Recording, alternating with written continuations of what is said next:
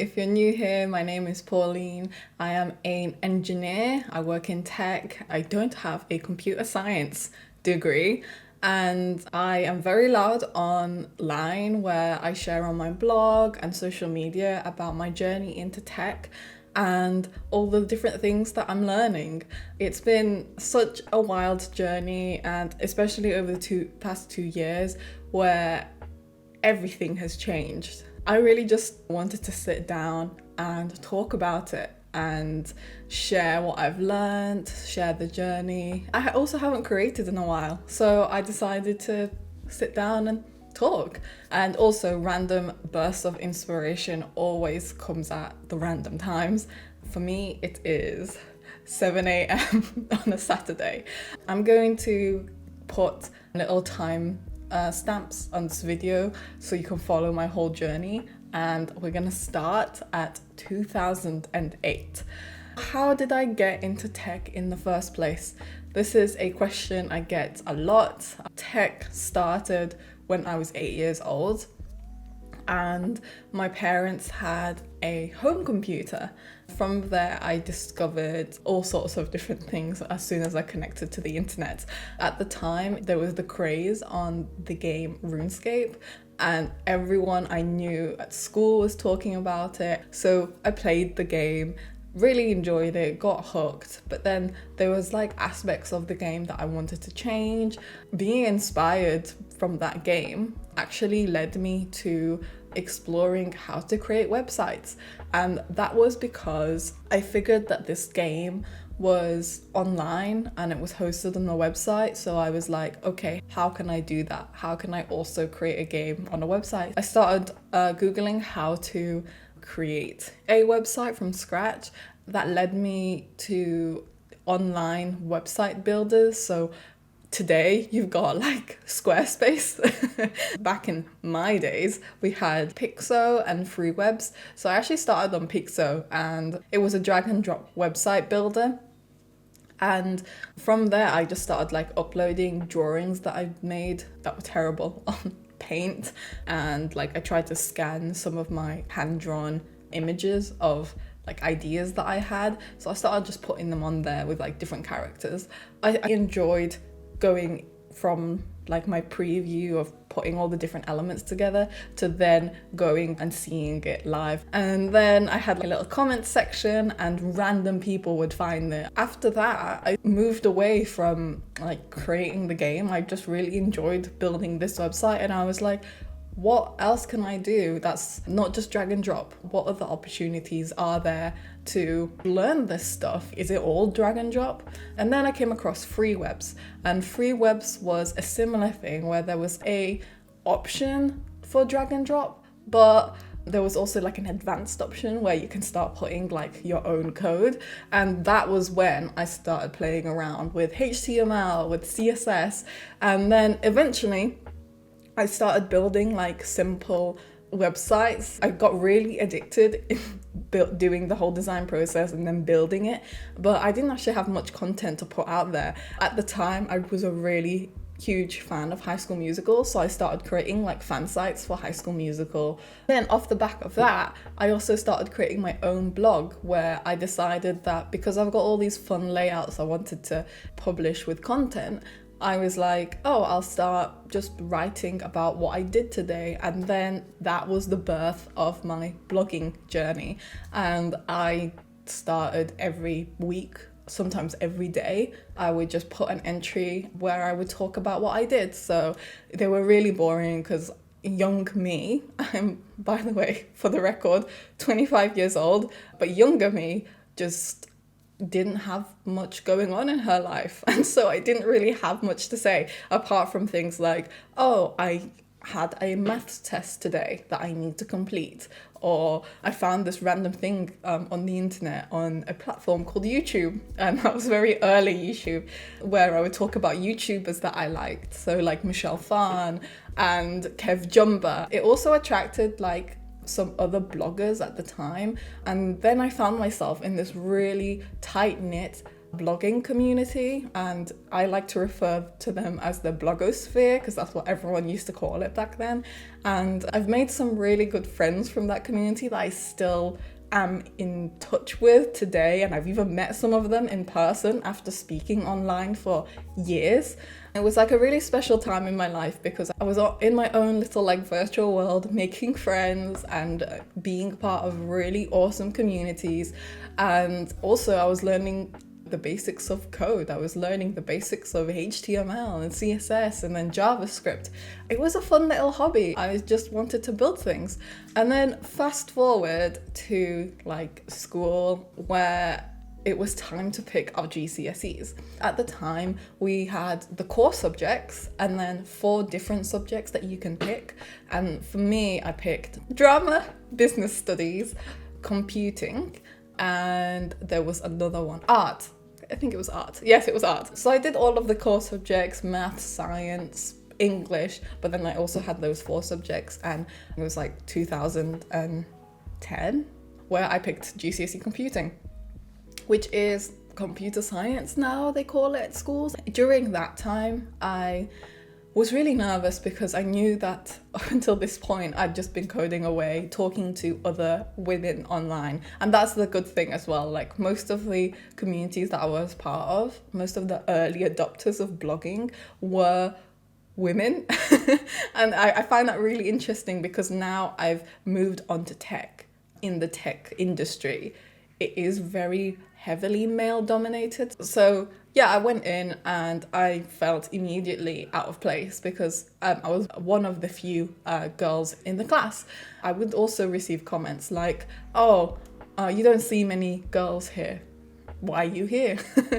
And I just felt extremely excluded from the get-go. I ended up getting an A star in that class, and then it got to a point where I had to pick my A-levels. And for my A-levels, I decided to pick biology, chemistry, and sociology. And the reason I went down that path, even though deep down I really enjoyed computing, I wanted to pursue it a bit more, was because of 2 things. I felt a little pressured from my family, who was saying, if you want a good career that's stable, you should definitely go into the medical field or go into teaching or be a lawyer. So those are like the only 3 careers that was shown to me when I was younger. So then I actually ended up going down the medical path because I studied for biology and chemistry, but alongside that, I still like occasionally was coding in my spare time, and I really just focused on getting good grades to hopefully get into medical school. Fun fact, I didn't get into medical school. I applied, and yeah, that was just a flat out no. The next best thing was Biomedical Sciences, and I applied, got accepted into 2 universities that was local. So I decided to go to either one of those universities, or Sheffield University or Sheffield Hallam, and I applied to Biomedical Sciences for both of them and hoped and studied that I would get into one of them. In the back of my head, I always wanted to pursue more techie things. It was gonna be nice not being the only girl in the class, and I was like, I already feel quite excluded. I decided that because I wanted to be somewhere where I was comfortable, I would just go into the biomed and medical area that had more women in it. So then I finished school, and then I got into University of Sheffield, which is probably the best 4 years of my life. Initially, I actually applied for a 3-year course, but because of how everything happened at university, I ended up staying for 4. First year at uni doing biomedical sciences, I was like trying to get my scientific hat on, trying to focus on that. I quickly realized that it wasn't for me, and I quickly realized that I can't do this for 3 years. I was like having an identity crisis. I was having a crisis in general because I just didn't know what to do with my life. And every time I went to career service or we had a careers talk, they would aim it to biomedical scientists, and they would talk about how you can be a biomedical scientist, you can stay in the lab 9 till 5 or maybe more, or you can go into research, you can do a PhD and research like a specific thing, a very specific thing that will maybe be a breakthrough. You might win a Nobel Prize, who knows? So yeah, it was all stuff like that, and it just didn't fit who I was and what I wanted to do. Fast forward to my second year at university, I started applying for different placement years to try and see if maybe I go into this area, maybe it's something I do want to pursue. But I kept getting rejected. I went to loads of different big pharmaceutical companies to work in their R&D department, research and development department, just kept getting rejected.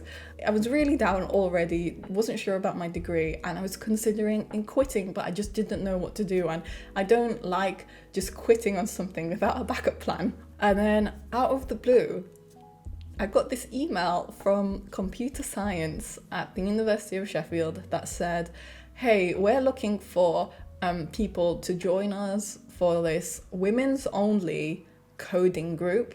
It's with a company called Code First Girls, and we are like partnering with them. We'd love for students to learn how to code with us. And I remember where I was at the time. I was at home, sat on the sofa, feeling super sorry for myself because I felt like I had no direction.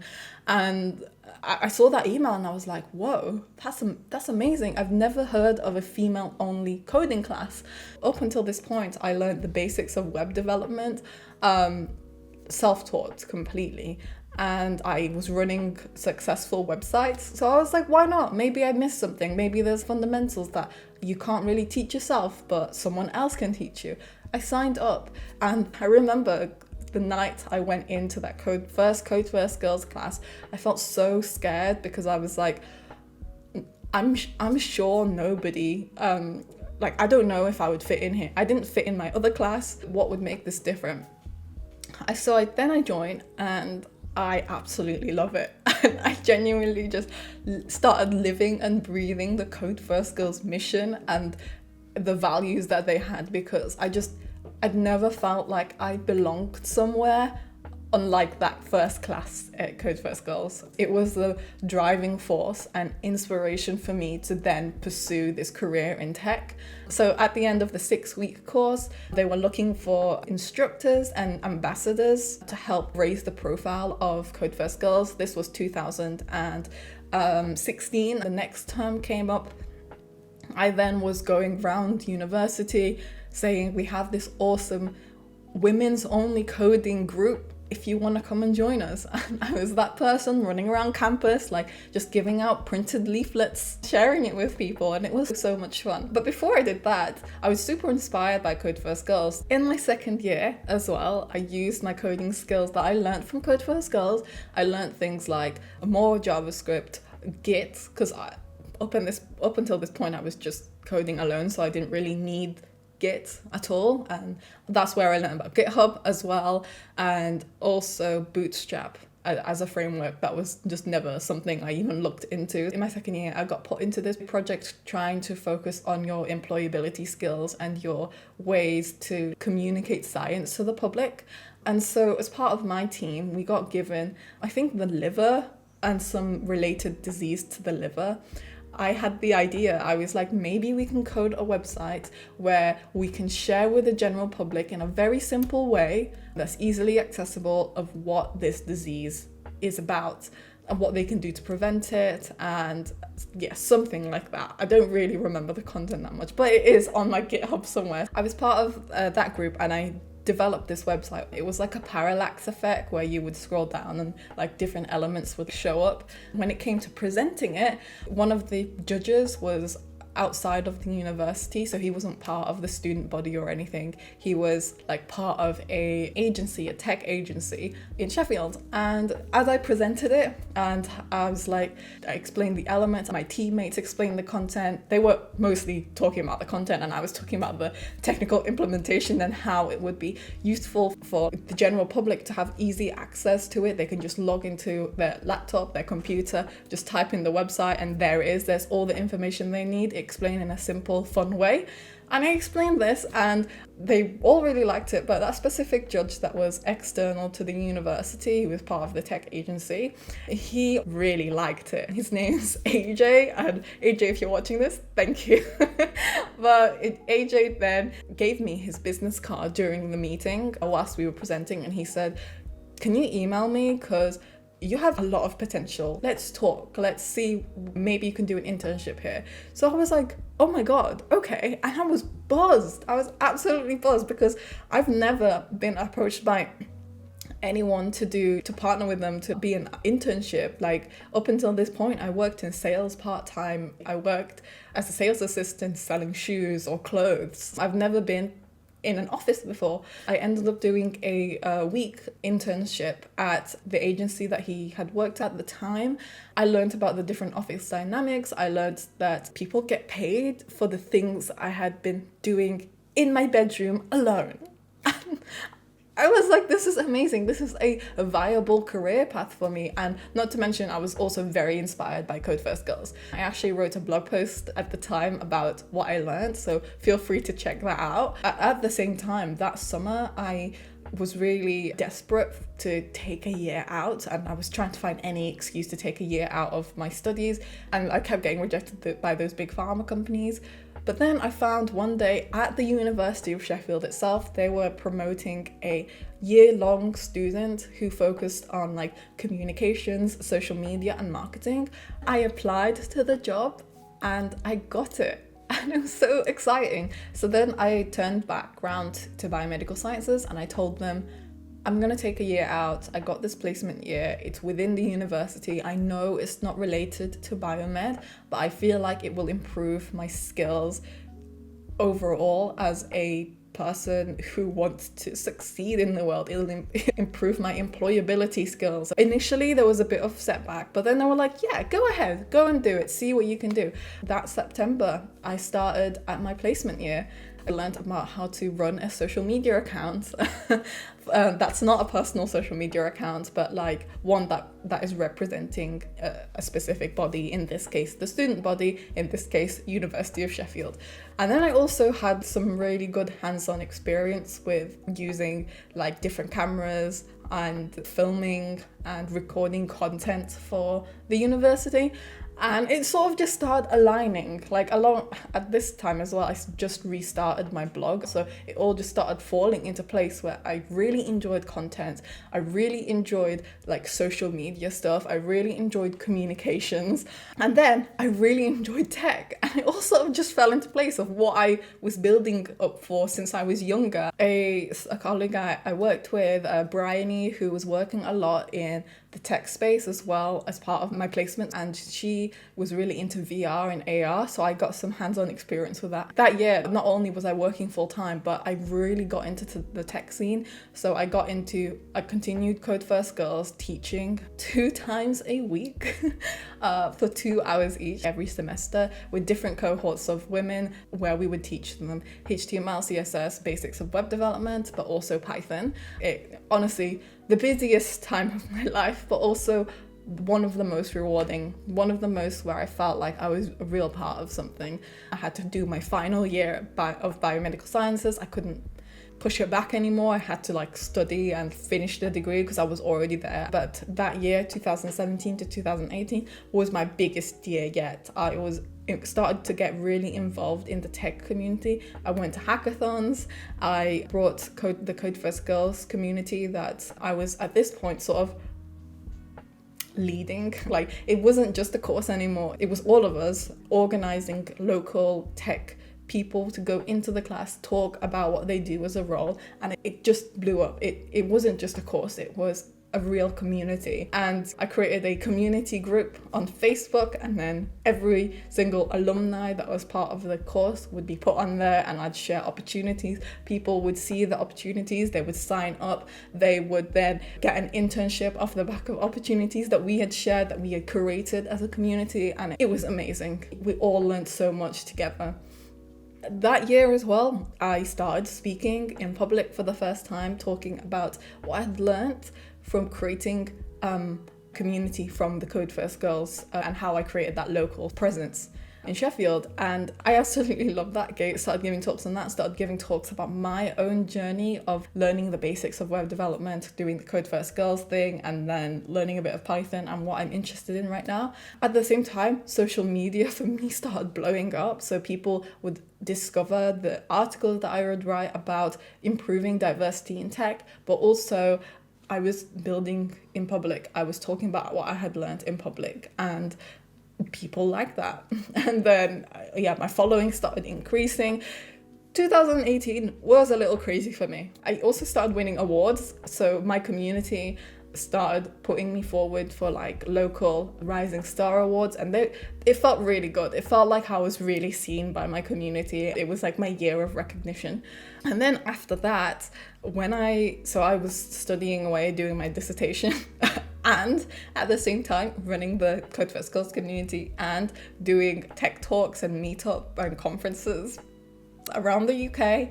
And I managed to score myself a developer job where I was helping this small research group build a website from scratch and using WordPress and a bit of PHP and stuff like that. I did that remotely, and at the same time I had a part-time job at the university where people would go into the enterprise area, tell me about their startup ideas, and I would be like, awesome, let me book you an appointment with who would give you some more advice on funding. I got to connect with so many cool entrepreneurs. I finally got to a point where I needed to start applying for roles, for jobs post-university. And I'm not gonna lie to you, it was a really tough time for me because nobody cared that much about like my degree.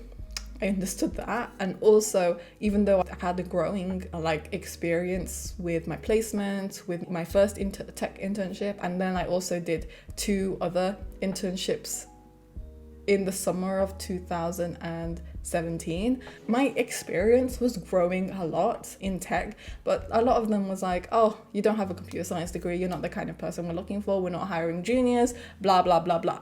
At this point, I was like really fed up, but there was a company in Leeds called EMIS Health. It is a health tech company, and they actually found me on LinkedIn, and I was speaking to the recruiter there, and we ended up talking about potentially doing a summer internship after I graduate and then moving on to like a full-time job if I do well. I was accepting anything because I kept getting rejected by like the companies that I had applied for. So I was like, okay, sure.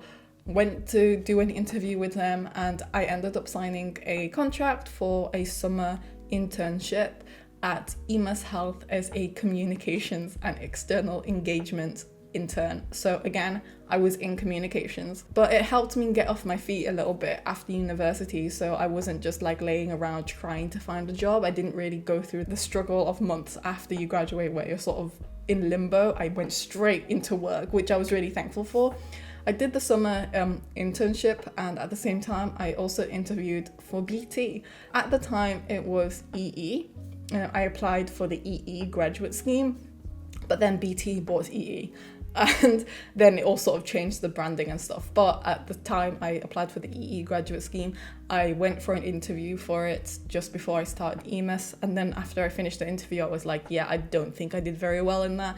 And then a few weeks later, I got a call and I was told that I passed and if I wanted to accept the offer, and I was like, what? And so I ended up telling the people at EMIS. They really understood, and they were like, that's completely fine. You can finish your like internship here, then you can move to BT, and we really support you. Let's stay in touch. And they were so lovely about it. I mean, I did express that if I wanted to stay full-time at that company, I wanted to focus on a tech role because, I mean, I enjoy social media marketing stuff, but I wanted a bit of both maybe, if that was even possible. Is that even possible?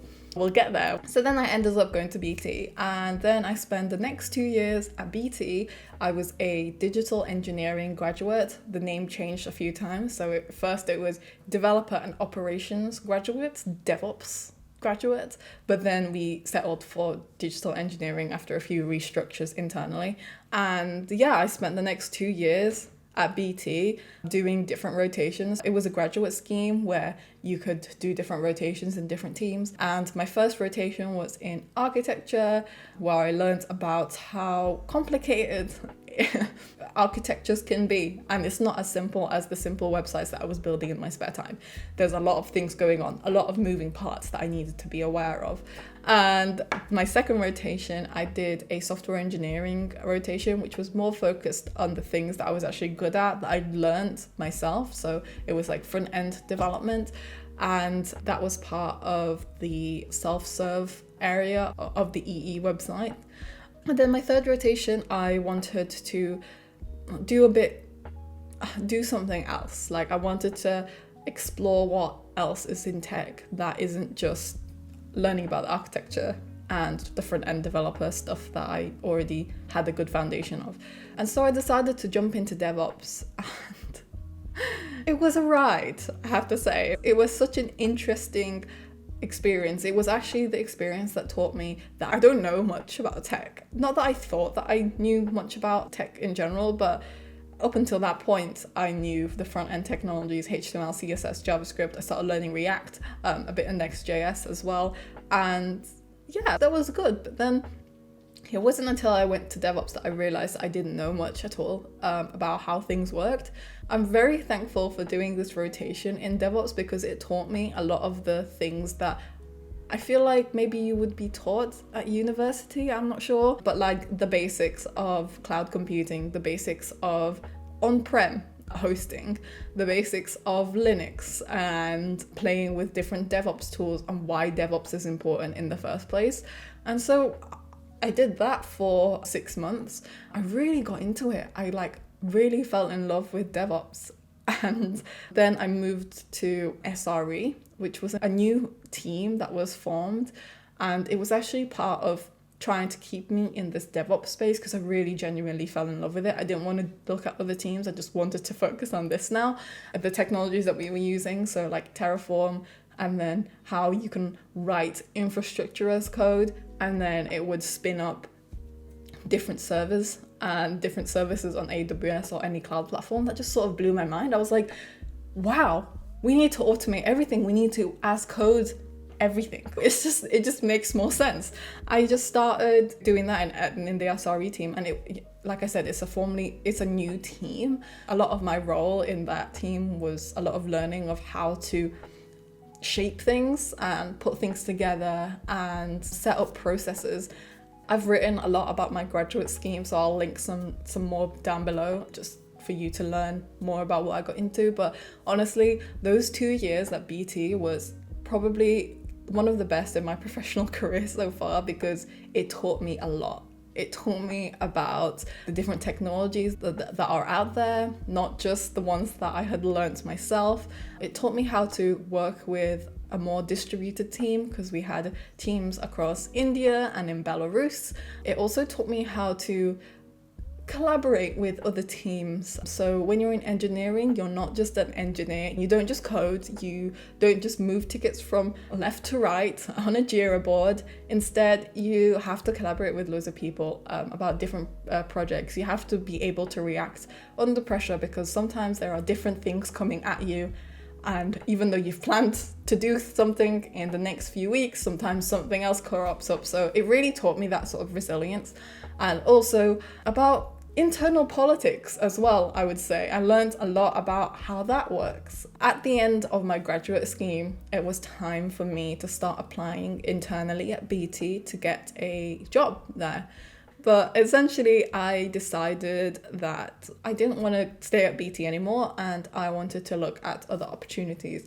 And the reason I didn't want to stay at BT, it's not because it's a terrible company or anything like that. It's because I felt like I'd seen a lot of how BT works. But then when I went to like meetups and different tech conferences and I listened to how other companies are set up, I was like, wow, I've not even scratched the surface here. There are so many different ways different people are doing things, and I wanted to know what the Googles of the world were doing. I wanted to understand how their tech sprints worked. I wanted to understand that. So I started applying for different roles in the summer before I had to roll off the graduate scheme. I applied to, just to give you a few of the companies that rejected me. I applied for AWS. I applied for GitHub. And I didn't explicitly apply, but someone reached out to me from Vercel, from the folks that create Next.js, a wonderful product, and also Egress, Skybet, Sky, and what other companies? There were so many like smaller startups because I really wanted to learn about the whole startup life. I ended up just getting rejected from a lot of them. There was things like AWS where I reached a certain point in the interview process where I felt like I was gonna get it, but then I didn't. That was really upsetting. I think out of all of the other companies that I applied for, getting rejected by AWS was really upsetting to me. I don't know why. I also had to apply for roles internally. So as a backup plan, I also applied for a software engineer role at BT and also as a site reliability engineer. In the team I was already in the rotation for, so it would have been awkward if they rejected me as well.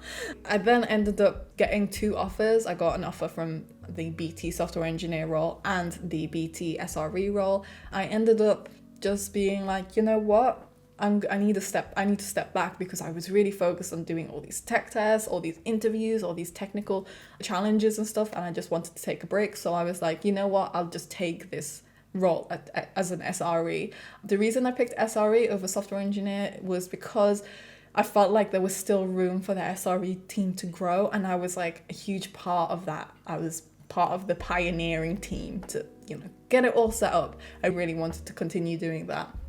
But there was just a lot of frustrations from my side of like my personal growth and my self-worth as well. And there was just a lot of things that I wanted to do, but at the pace of big enterprises, I just didn't picture it. I didn't see it happening. And the only way I could experience and really grow and challenge myself was to look elsewhere.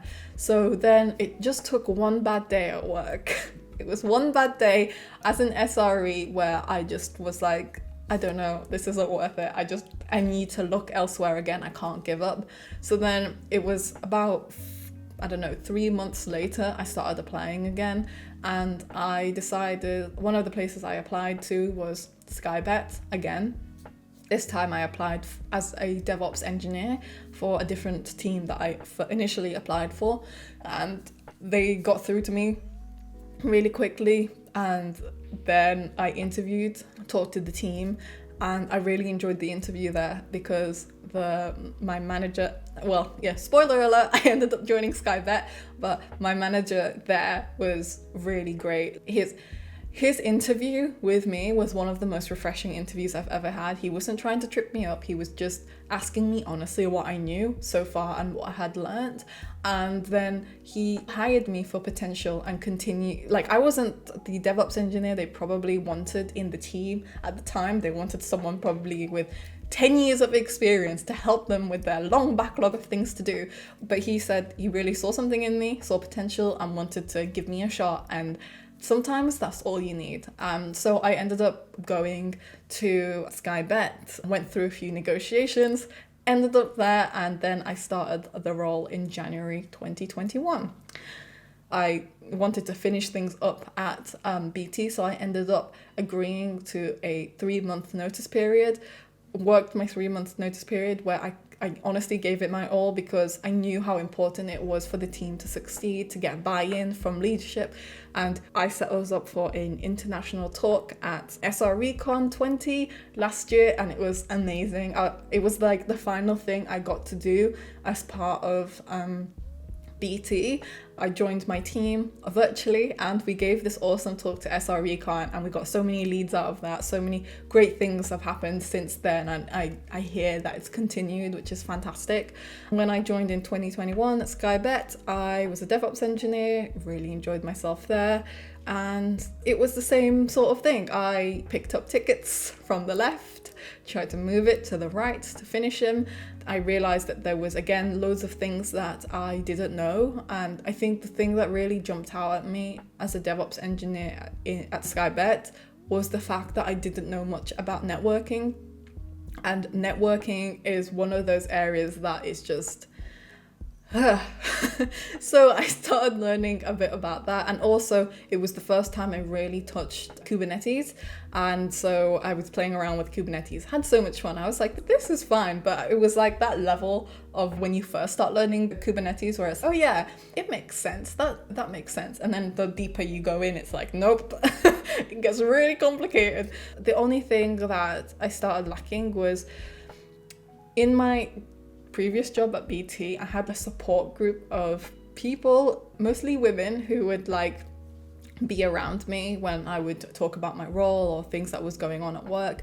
And I realized that I really cut that off as soon as I left at BT. Not because they wanted to cut me off or anything, but it was because that was like part of the BT life, if that made sense. I joined the company completely remotely. I felt like I just didn't have that support group. And when I looked around, it was mostly just me. I was the only like woman in the team, and I couldn't really see many people who looked like me.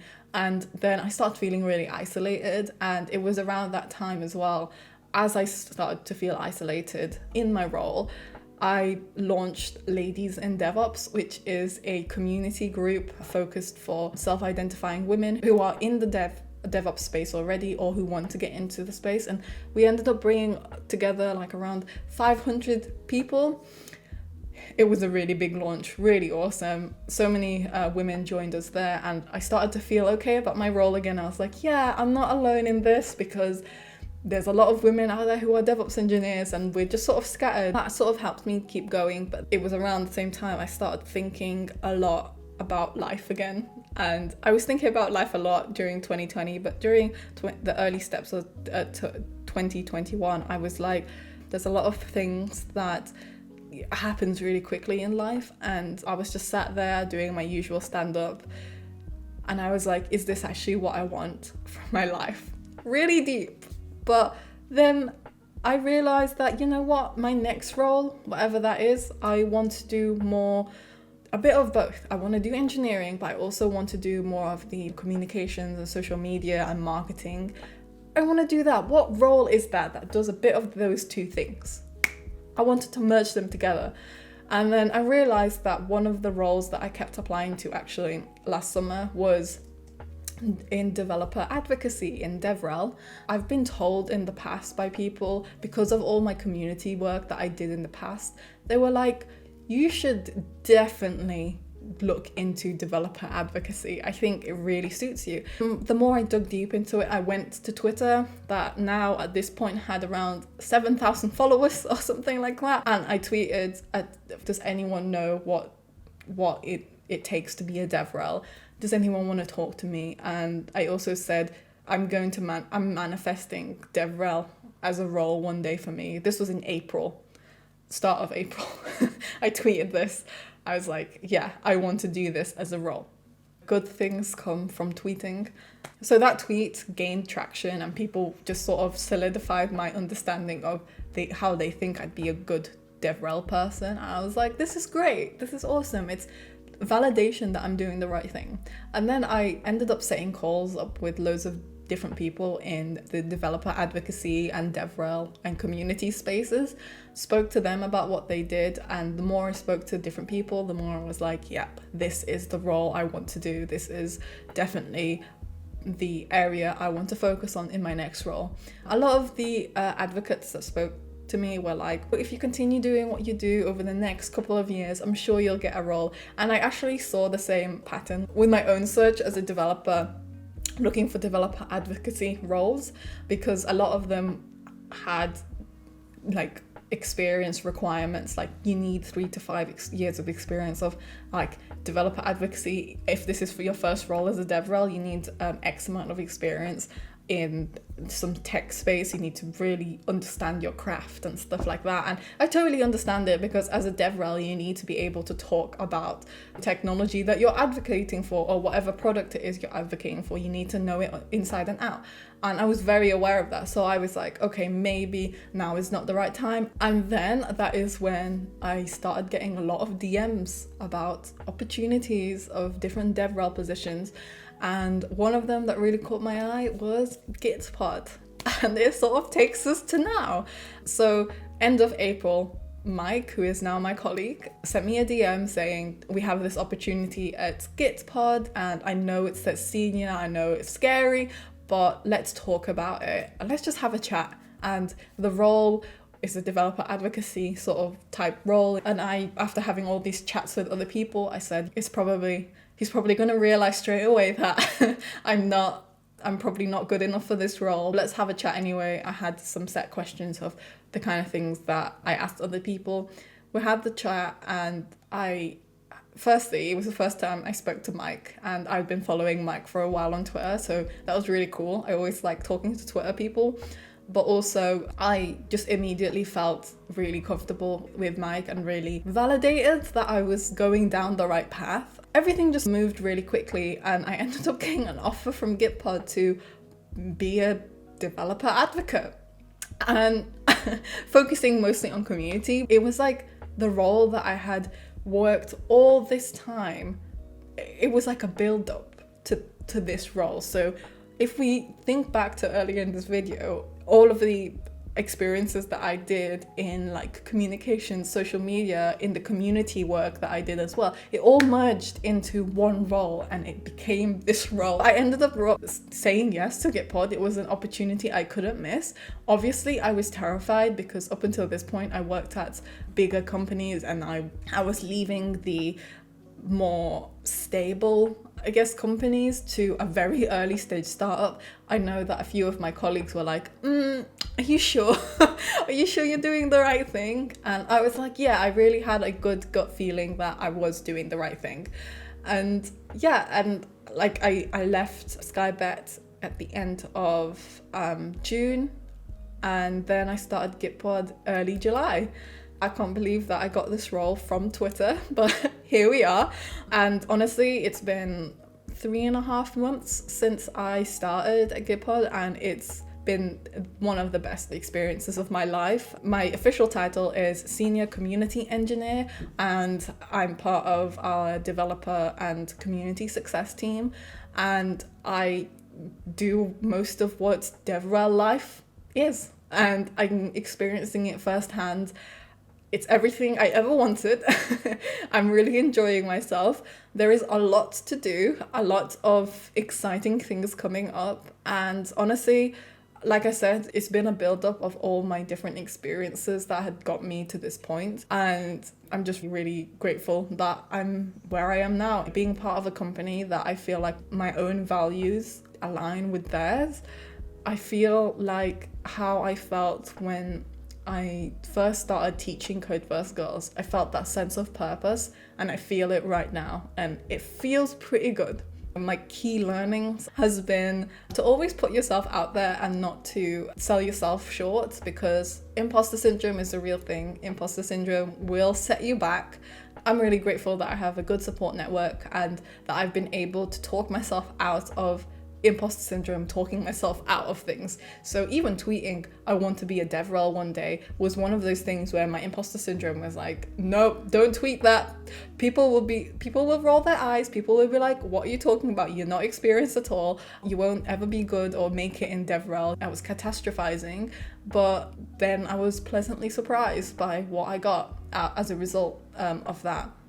If you're currently just starting your tech journey and you're like, I don't know if I can get a job in this space, I don't know if this space is for me, just keep going. There have been loads of moments in my life where I've been like, I think I should just go back to biomed, I should go back to the healthcare space, I could just apply for any role there and I will just learn on the job.